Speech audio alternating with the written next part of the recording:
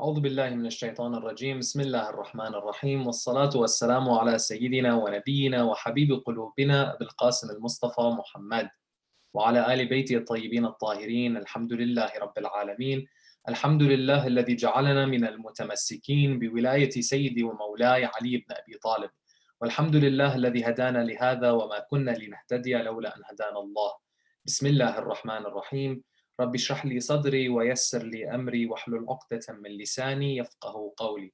In the name of God, the most beneficent, the most merciful, we ask Allah to send His greatest peace and blessings upon Muhammad wa ali Muhammad. We praise Allah for this blessing and every blessing, for without Allah, we would have nothing. Assalamu alaikum wa rahmatullahi wa barakatuh, my dear brothers and sisters. Today, inshallah, in continuing our conversation on the virtuous community or the vision of a virtuous community, we're going to be delving into an area that is very special. And this area, inshallah, brothers and sisters, is going to be one where we're going to be addressing a few very important questions.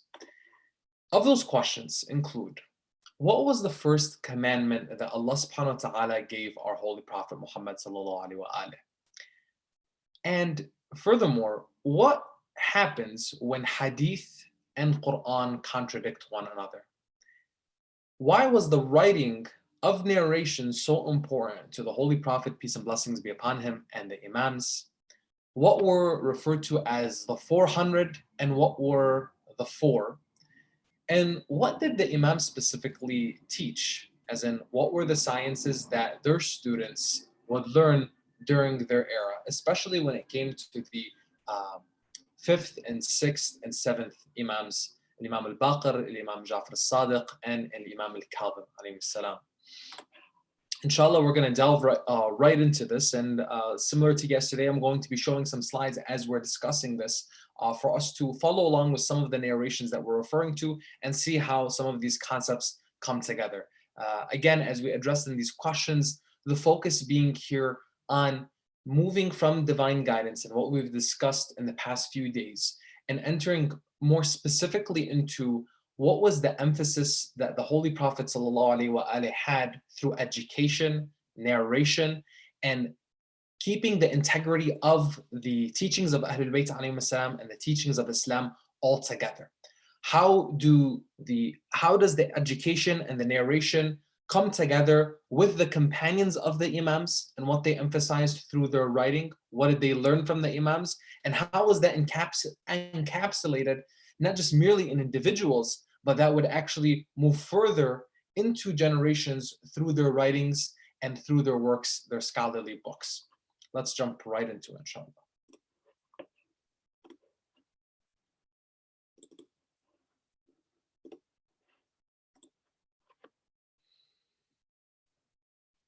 When it comes to the doctrine of education in Islam, it's important to realize that the Holy Prophet Muhammad ﷺ, from the very beginning, emphasized education in all aspects. Look at the narration, for example, where he says, "Utlub al-ilma walau fi as-sin."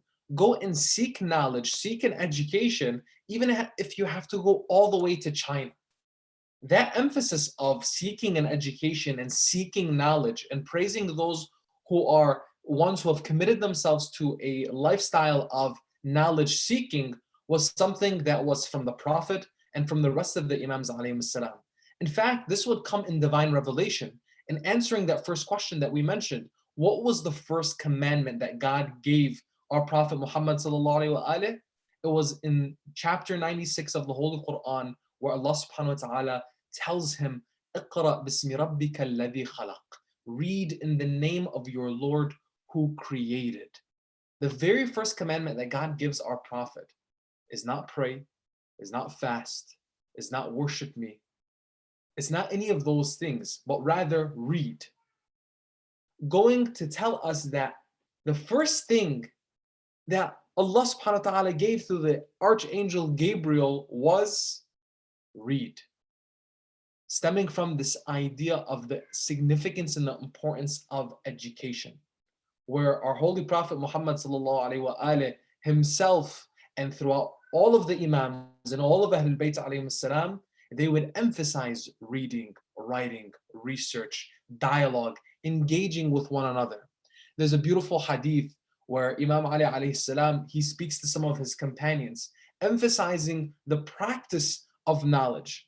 And he says, أيها الناس اعلموا أن كمال الدين طلب العلم والعمل به. O people, know that the perfection of religion is in seeking knowledge and acting according to it. In another hadith, Imam Ali alayhi salam would say, طلب العلم فريضة, that the seeking of knowledge is an obligation. And furthermore, ألا إن الله يحب بغاة العلم. Indeed, Allah loves the seeker of knowledge. Notice the connection between all of these things, the emphasis on seeking knowledge, that Allah subhanahu wa ta'ala loves those who seek knowledge, that Allah subhanahu wa ta'ala, the first commandment He would give to our Holy Prophet would be to seek knowledge.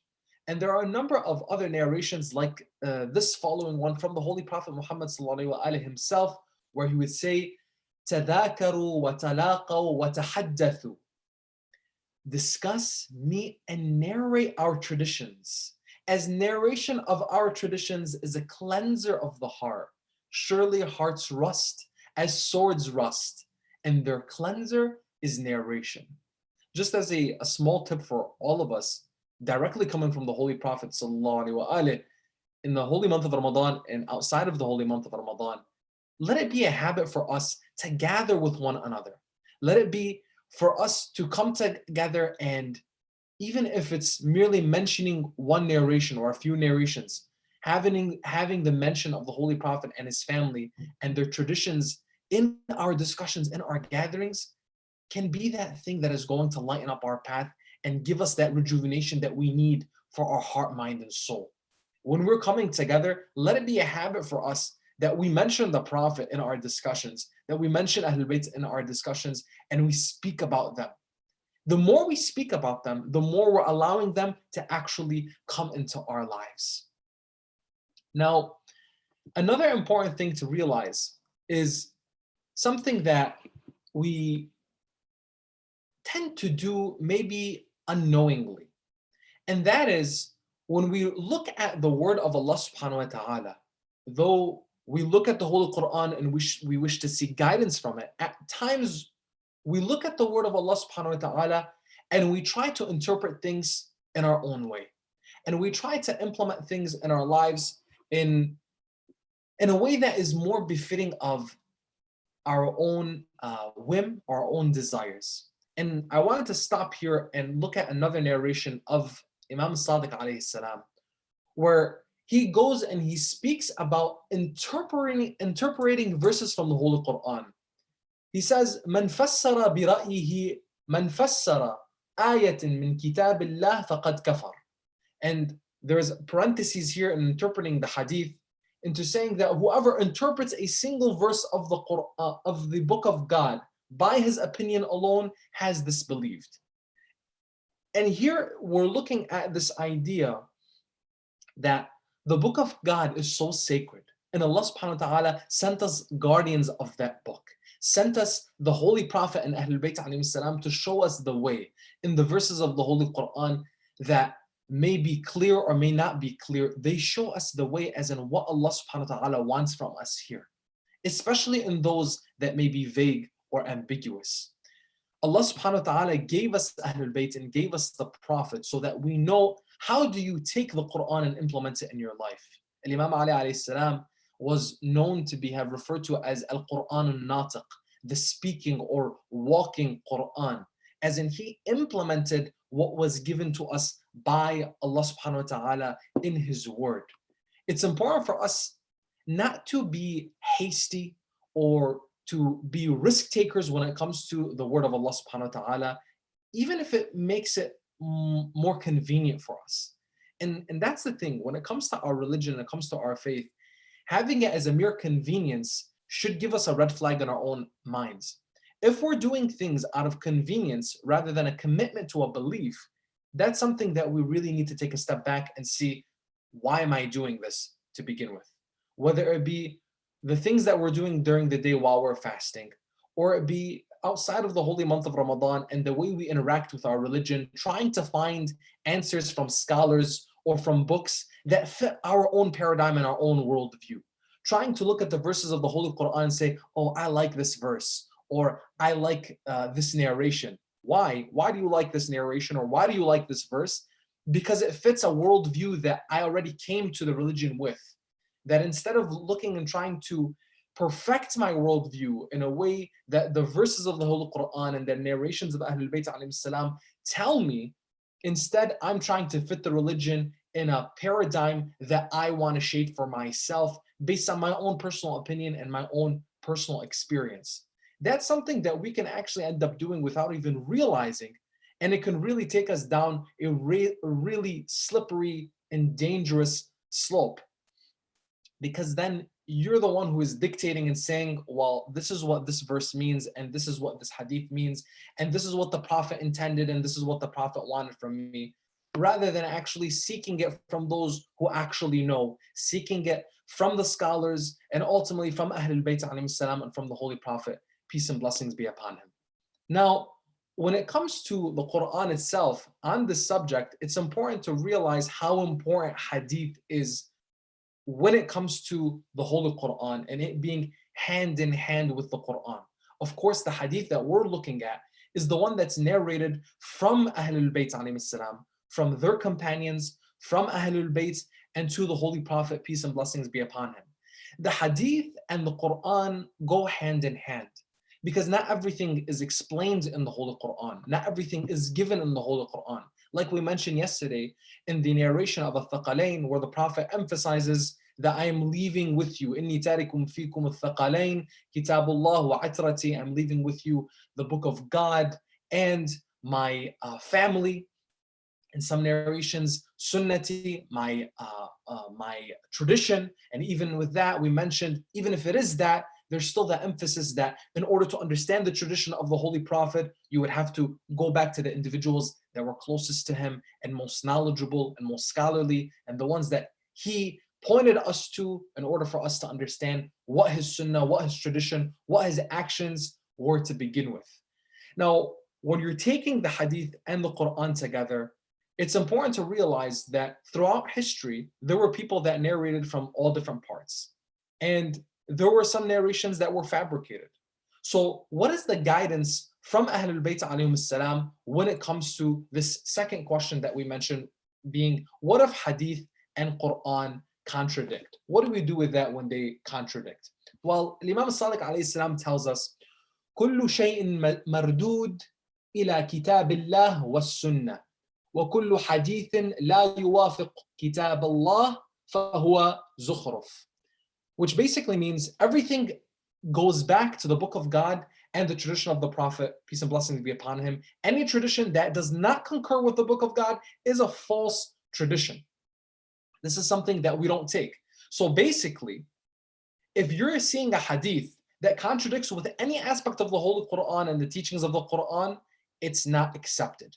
This is point blank by our imams and what they're telling us. Another narration, he says, whatever of our narrations that reach you and that are not corroborated by the book of God, simply void. فَهُوَ بَاطِل.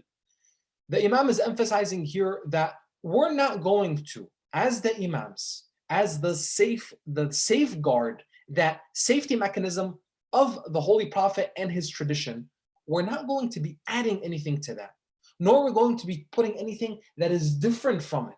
And it's important for us to realize this. Why? Because when people do see narrations that are fabricated, whether they're fabricated by people from whatever time period that they came from, whether it was close to the time of the Prophet or much later, and looking at those specific narrations, one should be able to have the first safety mechanism there is looking at this hadith by the Imam saying, listen, if it's going to contradict the Quran, then we don't accept it. We don't have anything in our doctrine and our belief that is contradicting of the Holy Quran. Furthermore, when it comes to this next question of why did the Imams emphasize the writing of these ahadith throughout their time?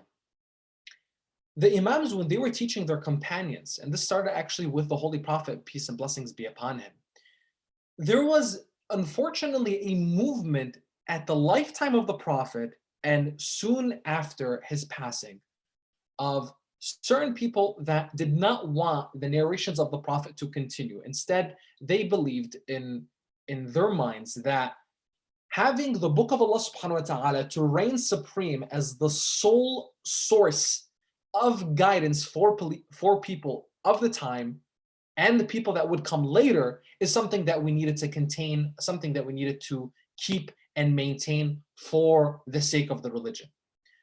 This is a narration that's coming from a conversation with the first caliph, in that he says to some of the people in his midst, he says, you're narrating narrations that you differ on, and people after you will differ even more. So don't narrate anything. Tell the people that we differ on what will be cared for the book of God. Tell the people that we differ and that this will be cared for by the book of God. What it permits you, permit, and what it prohibits you, prohibit. So basically, put away the narrations. Let's not speak of the narrations. Stop narrating, stop writing. And what the book of Allah subhanahu wa ta'ala gives us is enough. And another incident during the lifetime of the Prophet as well, there would be one of the individuals, his name was Abdullah ibn Amr ibn al-As. So Abdullah would tell the Prophet that he was being stopped from writing down the narrations by some of the people, and that anything that he would see the Prophet doing or saying, he would write it down. And some people were telling him, hey, stop writing. We don't want any additions to what we have with the book of God. And the Holy Prophet would emphasize to him, no, you keep writing. And whatever you see me doing, keep writing. In another incident, there would be the case where at the deathbed of the Holy Prophet, the Prophet would look to the people around him, and he was being visited by a number of companions, a number of believers, a number of Muslims. And one of the individuals that was present was observing the Prophet and what he was saying. The Prophet said, I want to share with you some of my last wills, some of my last advices for you. Please give me some paper and a pen. Give me something to write on and give me something to write with. And one of the individuals that was present would go on to say that the man is hallucinating, leave him be. The Prophet would be so upset by what he was saying, accusing him of hallucinating, that he would actually tell them to leave. And the second part of what he said, other than hallucinating, was he's hallucinating, leave him be, hasbuna kitabullah, enough for us is the book of God. Basically, we don't need any more advice. We don't need any more additional guidance when it comes to the faith.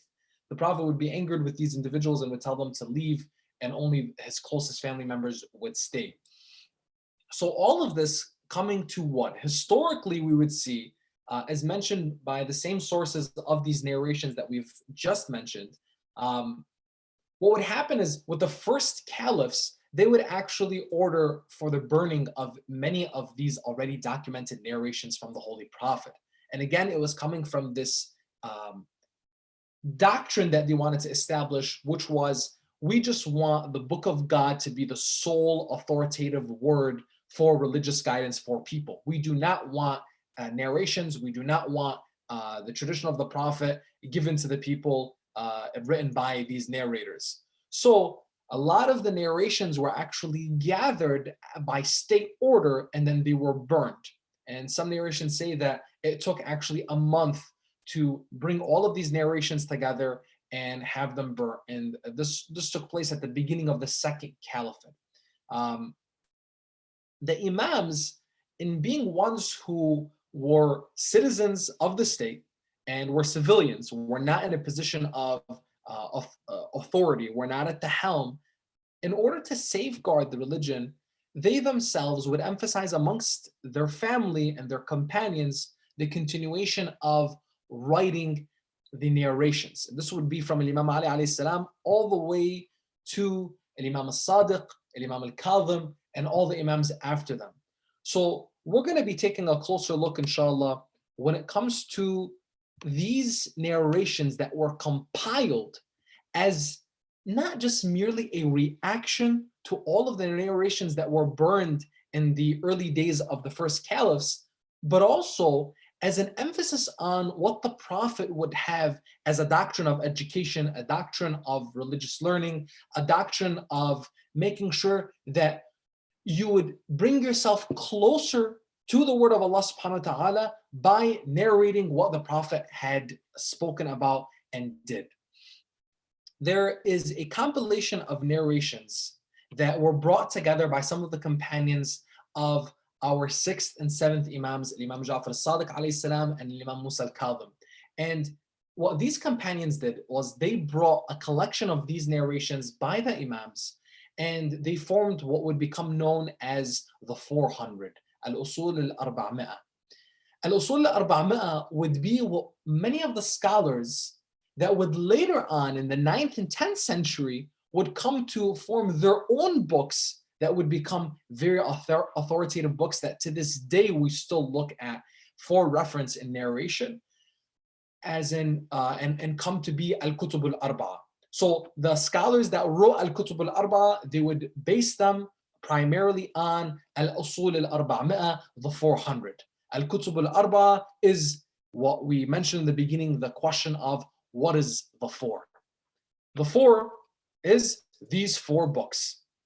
These 4 books are some of the books that I would encourage all of us, if it's the first time we're hearing them, let's take a second to really try to get them to the forefront of our minds and be ones that we know for ourselves. Because when we're looking at our narrations and what our scholars refer to for narrations, which is the basis of our understanding of what our Islamic laws are, the narrations of Ahlul Bayt alayhi salam and the verses of the Holy Quran first and foremost, you're looking at these 4 books. Kitab al-Kafi, which was by Sheikh al-Kulaini, who was a 10th century scholar. You're looking at Man La Yahdharuhu al-Faqih by Sheikh al-Saduq, Tahdib al-Ahkam by Sheikh al-Tusi, and then the 4th one, Al-Istibsar, which was also by Sheikh al-Tusi, and this was made as a summary and a refinement of his previous work, Tahdib al-Ahkam. Now, each one of these books, some of them have upwards of 16,000 narrations like Kitab al-Kafi. Al-Istibsar, for example, has about 6,000 or 7,000 narrations, and that's, like we said, an abbreviation or a summary that was done as a request from people of the time that wanted to have a more refined approach to the work of Sheikh al-Tusi, who passed away in the 11th century, 1067 AD. Now, when you're looking at these 4 books and the scholars that wrote these books, they come from a heritage of scholars before them. And the heritage of scholars that came before them were the companions of the Imams. Now, the companions of the Imams were ones who grew up with the Imams, studied with them, and had a lifestyle that was emulating the work of the Imams themselves. The Imams didn't just have anybody that was accompanying them and working with them and spending time with them. These were the cream of the crop. These were some of the best people of their time. Some of the most notable narrators and contemporaries of Imam al-Baqir and Imam al-Sadiq, or 5th and 6th Imams, would be the following individuals: Burayd ibn Muawiyah al-Ajli, Abu Basir al-Rawi, Muhammad ibn Muslim, Zurara ibn A'yun, Aban ibn Taghlib, Ubaydullah ibn Ali al-Halabi. These individuals were respected across the board, and the Imam spent a lot of time with them. You'll see that in those 4 books that we just mentioned, in Al-Kafi and Man La Yahdharuhu al-Faqih and Al-Istibsar, you'll see that in these books, these are the individuals who are narrating from the Imams. So when you're hearing a hadith from Abu Abdullah, Imam Ja'far alayhi salam, Imam Ja'far al-Sadiq alayhi salam, this is usually going to be narrated by one of these individuals. At the same time, these individuals, what's so beautiful about them is that they were not just ones who were students of the Imams in narration, in the science in the narration itself, but rather they were ones who studied theology with the Imam. They studied jurisprudence with the Imam. They studied Quranic exegesis or tafsir, interpretation of the Holy Quran. For example, Hisham ibn al-Hakam was known as a scholar of theology of that time. Zurara was known to be a scholar of jurisprudence, of fiqh. Aban ibn Taghlib was known for his tafsir of the Quran and understanding the verses of the Holy Quran at a great depth. Another one of the companions, Lut ibn Yahya, he was known for being one of the greatest historians of his time. And actually, he came from a line, a progeny of historians, his grandfather being a companion of Imam Ali ibn Abi Talib alayhi salam, and would be one who would actually fall as a martyr in the battle of Ma'arakat al-Jamal, the battle of the camel, with Imam Ali ibn Abi Talib alayhi salam during his lifetime. Another companion who many may know him as the father of early chemistry was Jabir ibn Hayyan. And Jabir was not just a chemist and one who founded early chemistry, but he was a physician, he was a physicist, and he was an astronomer, amongst many other things. Jabir was one of the students of Imam Ja'far as-Sadiq alayhi salam. And these are just to mention a few of the Imam's companions and their students. What's so amazing is that though they studied in so many different areas, the emphasis was on the preservation of religion and preservation of the faith. The emphasis was, how do we make sure that we continue to be ones who would safeguard against those who wish to take away from the sanctity of Islam and narrate things that would be made up, that would come up with a bunch of false accusations of Ahlul Bayt alayhim salam, of the history of Ahlul Bayt, of the history of the Prophet, the things that he did, the things that he didn't do.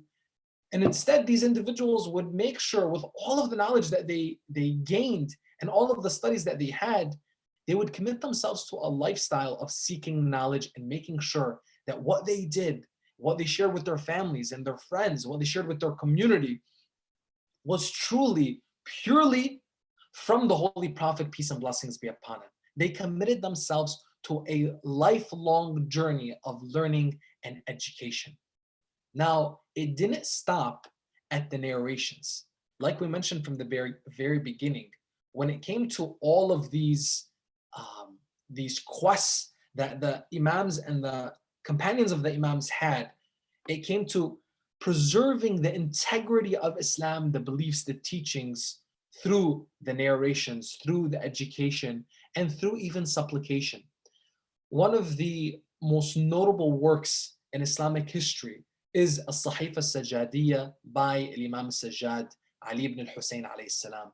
This Imam who survived the tragedy of Ashura as the heir of Imam al-Husayn alayhi salam, the one who the Imam would emphasize so much to Lady Zainab, to the members of Ahlul Bayt that were present, that Imam Sajjad needs to be protected, and that he would be, by Allah subhanahu wa ta'ala's will, he would be sick in the land of Karbala, would not be able to participate in the battle, and by Allah's will, he would be one who would survive. Though all of the men and many of, and even some of the women and the children were tortured and abused, and some of them killed and died, that Imam Sajjad alayhi salam would survive all of that.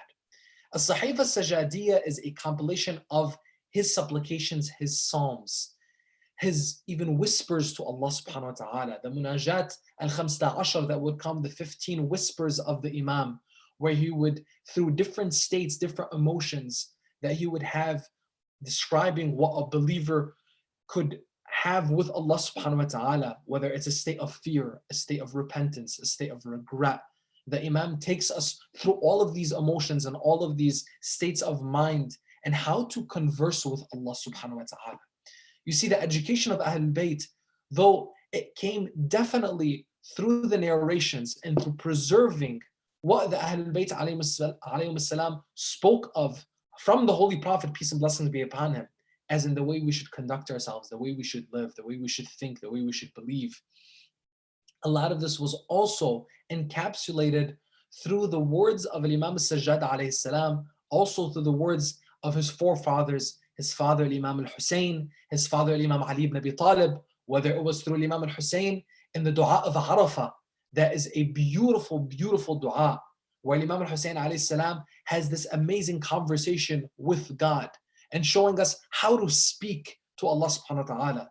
And Imam Ali ibn Abi Talib alayhi salam in the dua that he taught Kumail ibn Ziyad, and which would become known as Dua Kumail ibn Ziyad. This is a dua that many of us may recite every Thursday night, every eve of Friday. Allah subhanahu wa ta'ala gives us the blessing of these imams so that He shows us, listen, look at this example of the way they speak to me. Speak to me the way that they speak to me. This is in order for you to get your feeling, your emotion, your intent, your state of mind in aligned with what Allah subhanahu wa ta'ala wants, then speak to me as they speak to me, because they know me the most. Imam Zain al-Abidin in the Sahifa al-Sajjadiyya, this is known to be one of the oldest prayer manuals in Islam. It's considered to be the formative book on spirituality from early Islamic history. And it came at such a telling time right after the tragedy of Karbala, in which this Imam would focus on the spiritual rejuvenation of the Ummah, a spiritual renaissance after the death of his father. And the death of his father, Imam al-Hussein alayhi salam, would be coming at the same time of the death of the conscience of the people of the time. Why? Because they had the audacity to kill Imam al-Hussein alayhi salam in the way that they did. And some would have the audacity to just stand idly by. And some would even have the audacity to celebrate it. The reason for that has a lot to do with the history and the propaganda that came from the Umayyad dynasty that started with Muawiyah and continued with Yazid and the rest of the Umayyads for about 90 years. A dynasty that would wish to change the integrity of Islam and create a fabricated one that would suit their own desires and their own whims. Again, whether it be interpretation of the Holy Quran, fabricating hadith with pseudo scholars, and using people just to make sure that they got their way. Take that with you today and see how can you and I relate, and be very practical with this. Of course, we're not comparing ourselves, whether it be on the great scale of using ourselves in comparison to the companions of the Imam and saying we're like Zurara by protecting the narrations and by safeguarding it and by narrating it, etc., etc. Inshallah, we can aspire to be like that and aspire to be like the Imams. And we're not saying we're on the path of their enemies. But what we're saying here is take a moment of reflection and see when history, as we mentioned yesterday, the movement of the Imams was one. When you look at history and you see the individuals that took one path versus the other, where are we finding ourselves today in the sense of, are we emulating the path of Ahlul Bayt alayhi salam, or are we emulating the path of those who didn't want to take the path of Ahlul Bayt and instead wanted to do their own thing, wanted to take their own path, and wanted to make sure that, you know what, let me utilize the book of God and whatever is remaining of the tradition, be it me scrapping from the tradition itself or formulating certain things that I like the way it sounds. Oh, that's a really nice hadith, or that's a really nice verse. Let me share this. Let me post this. Why? Because it fits me. It fits my lens, my paradigm, my worldview. What if we were to look at a verse or a hadith that might not necessarily, but you know in your wisdom, in Allah subhanahu wa ta'ala's word, that Allah's word is the greatest. And the Ahlul Bayt alayhim salam and what they have shared with us is what we have to hold on to for the preservation of our faith. And the importance here, when we're looking at the preservation of our faith and us committing to that, the preservation of the faith is our salvation. Because without the faith, we would be misguided. And without the faith, we would not know how to direct ourselves to Allah subhanahu wa ta'ala in the way that He wants us to direct ourselves to Him. Now, with all of this, brothers and sisters, let's try to understand that you and I belong to this heritage.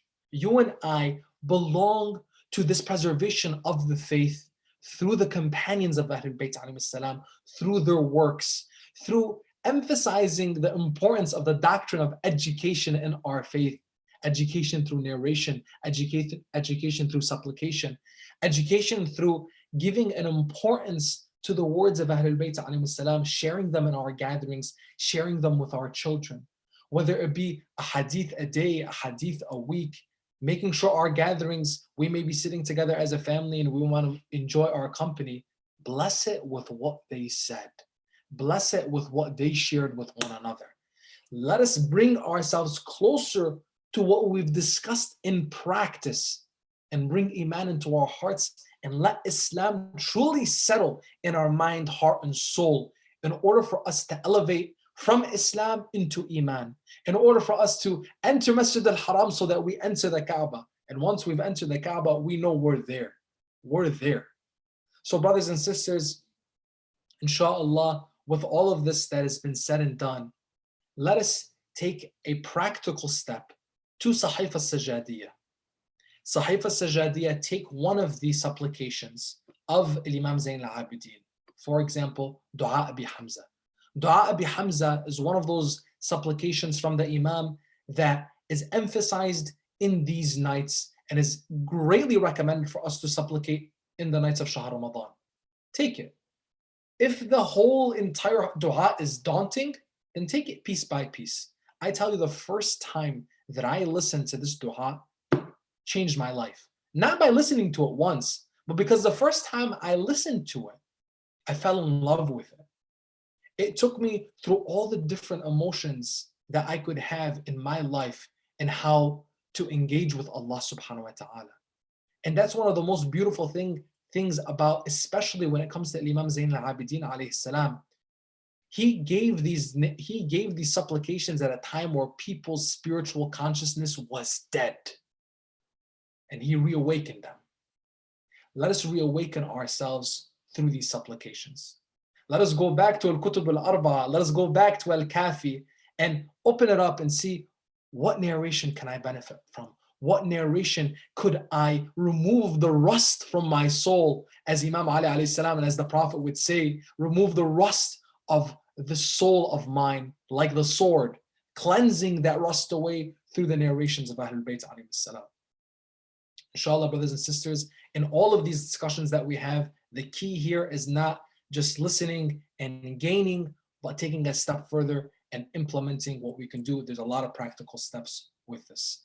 And as a request, I wanted to end with this as a request from all of the brothers and sisters that are behind the scenes, making these lectures happen, making all of these things possible for us while we're quarantined, while we're trying to stay safe at home.